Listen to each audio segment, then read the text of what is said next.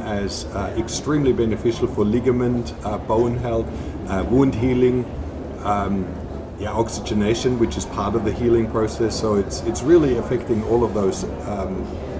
But they take time. Yeah. Every tissue has its own cycles of regeneration. Oh, certainly. Right? That's why we say we're a new person every 7 years. Well, actually, our eyes are new every 24 hours. Our gut cells are new about every 3 days. And the skin is new about every couple weeks. Whereas bone takes up to 7 years to be renewed. Yeah. So you have to allow for not only understanding how much damage there is that you're trying to shift and repair and recover, but you also have to know what the metabolic rate of that particular tissue is. And the next issue is when you have all your cells divide, so they pass on the present state of their knowledge, the DNA right now, to the new cells. So it's not that they repair and become completely new, but if you add that balance and that regeneration and a proper ATP production, then we have also an increased repair of the DNA. And Dr. Rao explained that redifferentiation of cells, which means we turn them from sick, inflamed cells slowly back into a healthy cell. Into a healthy cell. And the sick cells, if you can't grow a garden in a swamp. Yeah. So if you clear the swamp, now you can grow a garden. So if you want to replace the cells that have died in the illness process or disease process, then what you're doing is, as those cells get replaced, they get replaced by healthy cells in a healthy environment. Yeah, exactly. Right? If you try to get a healthy cell to go into a sick environment, of course, you're trying to grow a plant that needs the proper lighting and the proper hydration, well, it's not going to work. Yeah. We have a lot of people that ask, how often can I use it? How often is it advisable? Does my body get dependent? And I think we spoke about that yesterday about a point. So I'd like to give you an answer, or you give an answer for that. It's not like creating the artificial dependence of a narcotic. Yeah. Or, like Valium or something like that. It's not that kind of dependence, where you're replacing the natural functions of the body, and now the body needs what you're giving it, and you can only maintain it in that state as long as you keep supplying that nutrient. Yeah. Well, magnetic fields, once the body's done, you can take them away. Mm-hmm. But again, we started at the very beginning saying that our bodies are deficient anyway. Yeah. Yeah. Right? So really you can use it forever, and you're not dependent, but clearing the road idea again. If there's a flood coming, put a barrier up so it won't keep swelling over into the road. So you will maintain it as long as you need to maintain it. That's not dependence.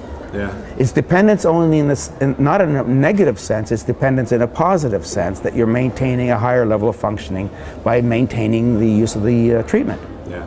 Now, let's also remember that as we get older, we don't have the repair capacity that we had when we were young. And the energy and the build-up capacity. Exactly. So in a sense, we do become more dependent as we get older. Yeah. Now, we may expect to live to 70 or 80 or 90. I mean, I know people who turn 85 and say, I'm out of here. Yeah. I don't want to stay here anymore. All the reasons I'm here as a human being are gone. All my family's gone, all my friends are gone. I'm done. So if we're not done, but we're at a point where we're too decrepit, and we need a lot of help to keep going. And like something that I experience, people when they start using the device, it's not like that you feel it can, depending if you have pain, if you lack energy, if the right composure is there, you feel an instant change. But what I realize more is people, when they stop using it, they realize a lot more than when they started to use it. You do get used to the new state. Yeah, exactly. Right? When you're sick, you know what you feel like when you're sick, and you don't want to be there. But when you're well, you kind of forget about what it was like to be sick. Exactly. Yeah, and that's when my mother-in-law, when she stopped using it, she went away for a holiday. She was desperate to come home to her device.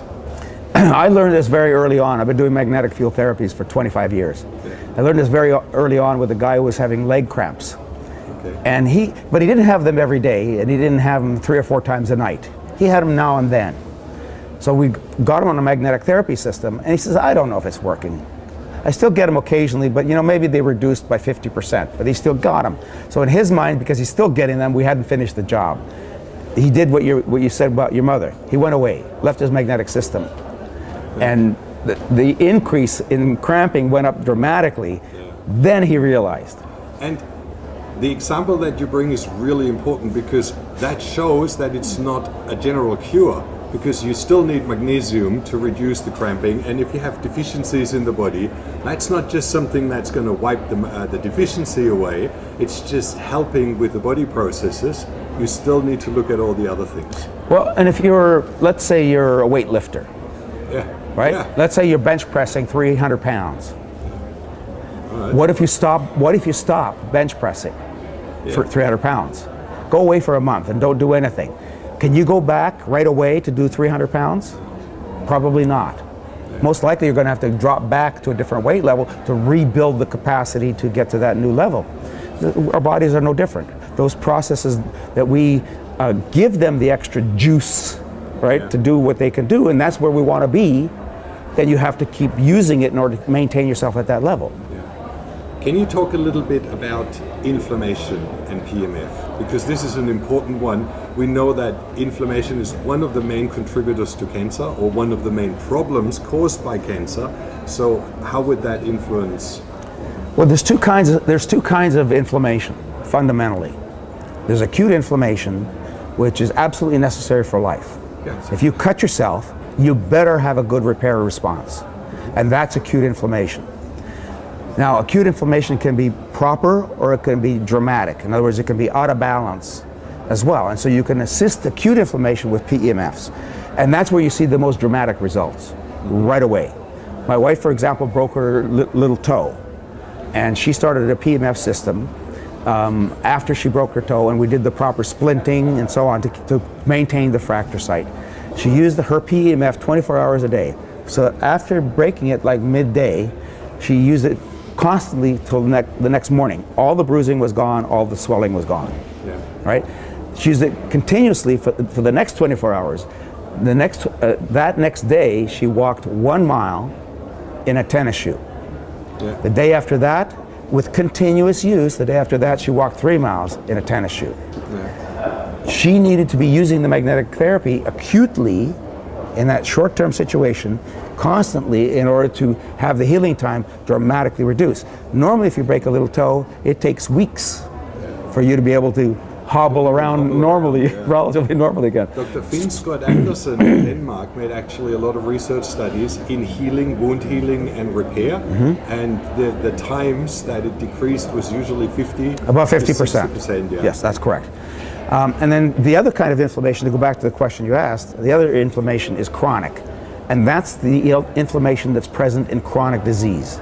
Yeah. Okay, and what happens is the body, when it finishes the job of acute inflammation, it doesn't stop. Yeah. So the environment somehow does not allow the acute inflammatory cells to go away somewhere else and do what they're supposed to do elsewhere in the body. They stay there and they continue to create inflammation. So that's chronic inflammation.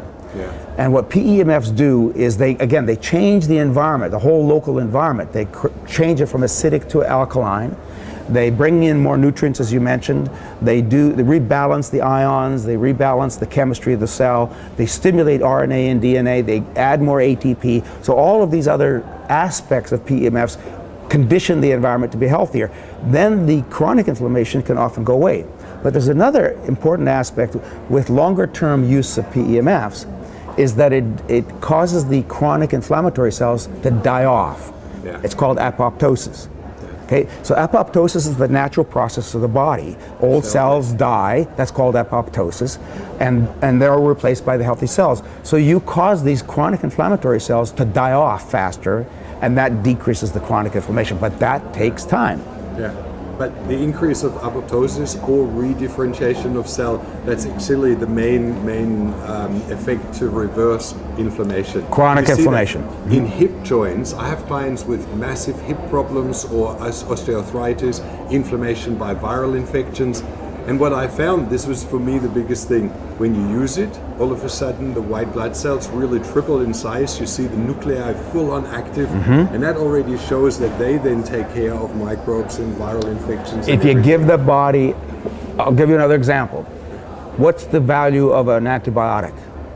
All it does, we have a misconception about what antibiotics do. All they do is to kill the bacteria. What helps the damage caused by the bacterial infection? Nothing that the medicine does. Nothing that medicine does. So what PEMFs do in that setting is you still might need the antibiotic, whether it's natural or synthetic. But then what you're doing is you're facilitating the body's repair process, the process of actually healing itself. So when you leave a typical doctor's office, they give you the antibiotic, and in their minds, the doctors cross their fingers that your body will take care of business. Yeah, exactly. Right? Yeah, yeah. But that's not finishing the job. A natural medicine doctor is going to say, okay, we need the antibiotic to take care of the acute situation and the severity of it, but now we also need to finish the job by giving you andrographis, you need to echinacea, or whatever you need to do to stimulate the immune system. But then you add more nutrients into the system, you add more alkalinity into the system, you add more vitamin D into the system, right? All of that helps the body to finish the job and minimize the level of damage that's present. Yeah. I had yesterday at one of the workshops upstairs, they explained the DNA repair and how that actually happens all the time as soon as you remove toxins. And that's one of the effects that we have too. So it really starts to... The toxins turn off the DNA, the repair processes, and then when you remove the toxins, the body does what it's supposed to do. Exactly. Right. Perfect. Thank you very much for that. That was you're welcome. Really insightful. Do you have something that I forgot to ask that you would like to share with the world? Oh, I thought that was pretty comprehensive. Thank you. Yeah, good. I appreciate the work you're doing. I think you're doing an incredibly laudable work. And you know, I'm resonant with you, to go back to the PEMF analogy, which is that we really have to understand that when we're treating cancer, it has to be done in a holistic fashion, and that chemotherapy or surgery or radiation can be a piece of a program. And I don't think we can take a judgment on what an individual decides is the best, because cancer is so complex, and there's so many different types of cancers that respond better to one thing or another. And that complexity, there's no simple solution to this. Never ever. And you have to be reasonably skilled at this and knowledgeable in so many aspects of healthcare.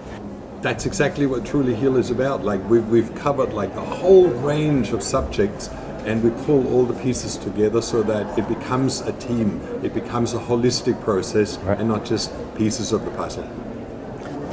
My words Good. are echoing your words.